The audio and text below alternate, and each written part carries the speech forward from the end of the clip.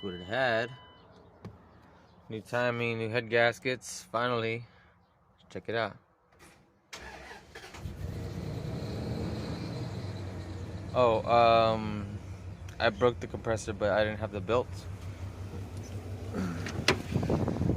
to run it bypassing the compressor, so I just have it on but disconnected, and that's what that squeaky noise is.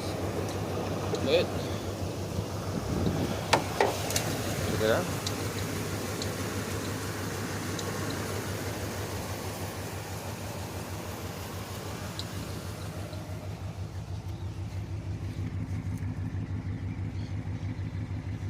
I see some water or whatever, but I don't know if that's good or bad, but I mean, it's running.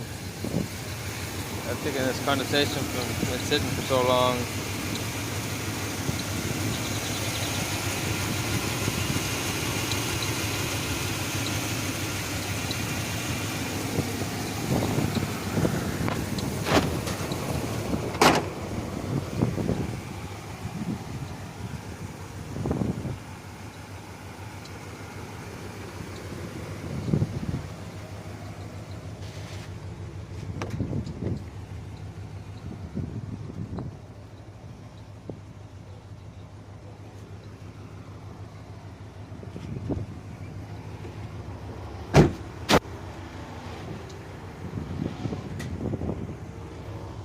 I thought junk, I'm gonna get rid of all that.